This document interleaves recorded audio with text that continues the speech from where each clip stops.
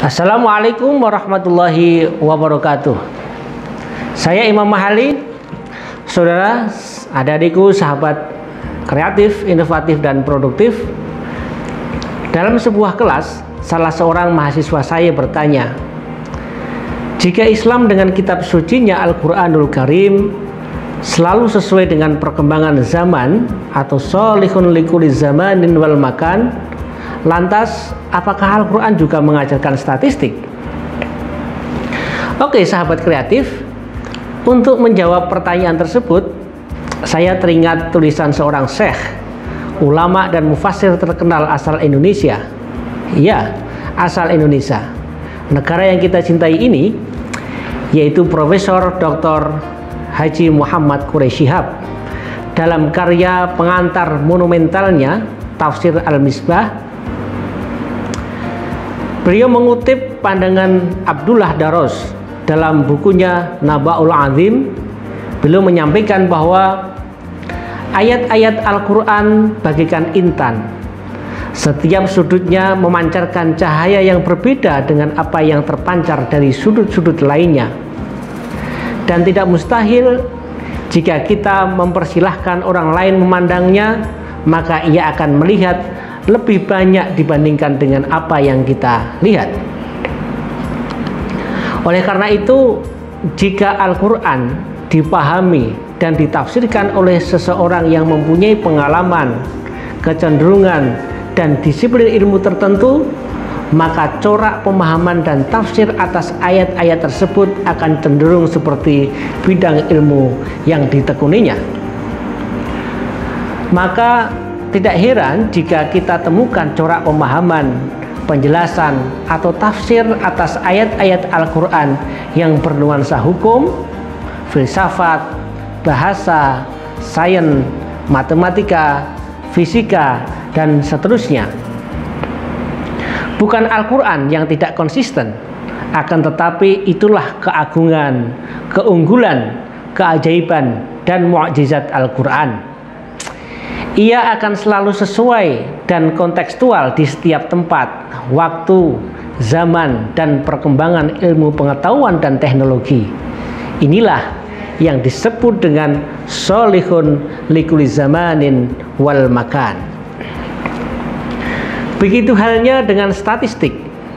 Jika ditanya tentang bagaimana statistik di dalam Al-Quran, para ilmuwan, sarjana, dan ahli di bidang matematika dan sains telah mengkajinya dan memahami sesuai dengan bidang ilmu yang mereka tekuni tersebut.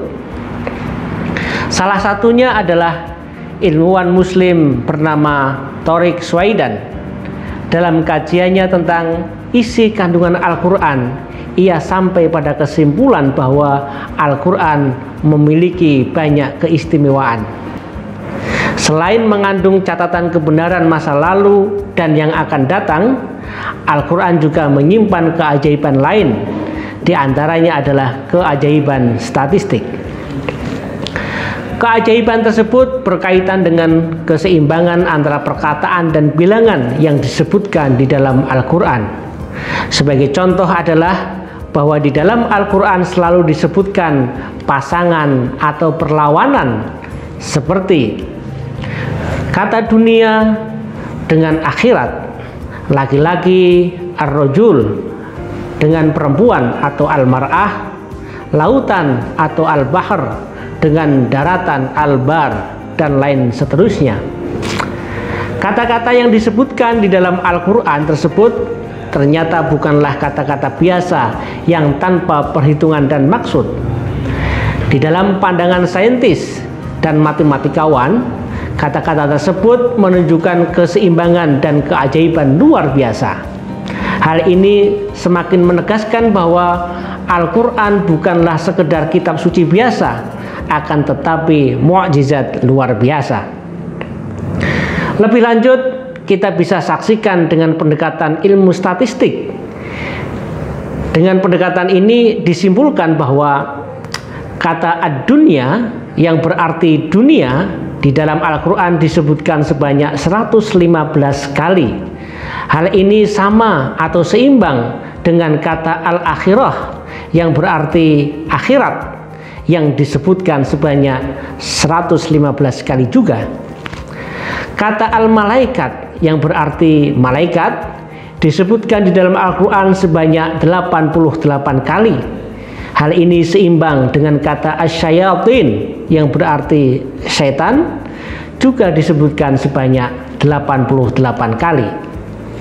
Kata al-hayat yang berarti kehidupan disebutkan sebanyak 145 kali. Ini seimbang dengan kata al-maut yang berarti kematian. Hal ini seimbang dengan kata al-maut yang berarti kematian, yang disebutkan sebanyak 145 kali juga. Kata ar-rajul yang berarti laki-laki disebutkan sebanyak 24 kali, seimbang dengan kata al-mar'ah yang berarti perempuan, yang disebutkan 24 kali juga. Kata asyahru yang berarti bulan disebutkan di dalam Al-Quran 12 kali. Hal ini sesuai dengan jumlah bulan dalam satu tahun, yaitu sebanyak 12 bulan.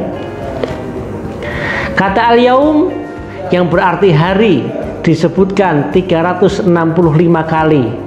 Hal ini sama dengan jumlah hari dalam satu tahun, yaitu rata-rata sejumlah 365 hari. Kata al-bahr yang berarti lautan disebutkan sebanyak 32 kali, dan al-bar yang berarti daratan disebutkan sebanyak 13 kali.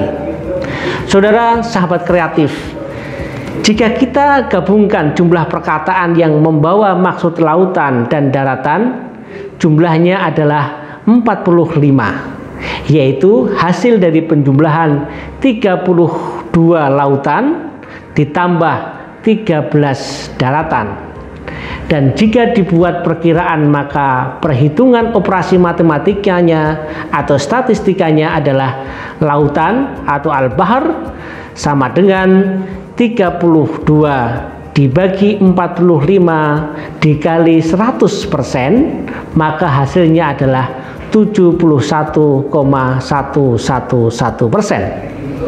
Dan daratan atau al-bahr adalah 13 dibagi 45 dikali 100%, maka hasilnya adalah 28,888%. Jadi lautan sama dengan 71,11% ditambah dengan daratan yaitu 28,88%, maka berjumlah 100%.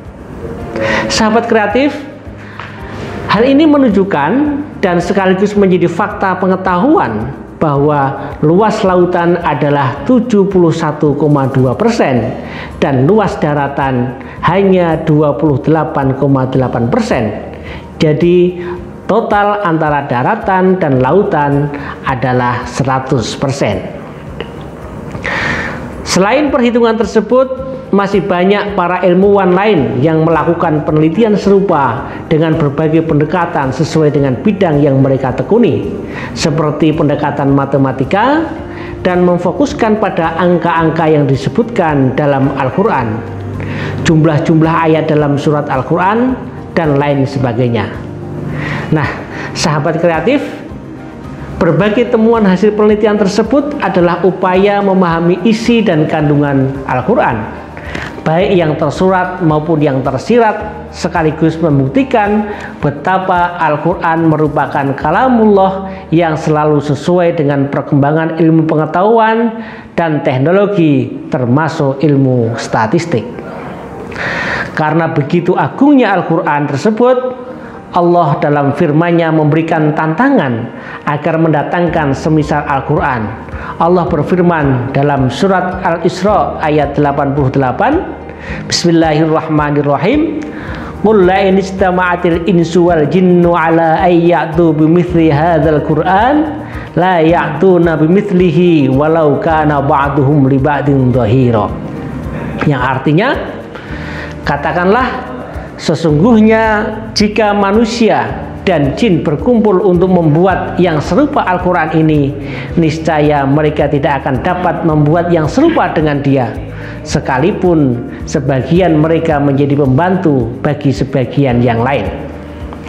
Demikian sesi kali ini. Di dalam Al-Quran saja ada kajian statistik, maka ayo tingkatkan literasi statistik, karena statistik itu mudah dan banyak manfaatnya. Al-Quran itu seperti utusan yang hidup. Kamu bertanya, ia menjawabnya. Kamu mendengarkan, ia memberimu kepuasan. Imam Al-Ghazali. Selamat bertemu di sesi berikutnya. Tetap semangat dan statistik itu mudah. Wassalamualaikum warahmatullahi wabarakatuh.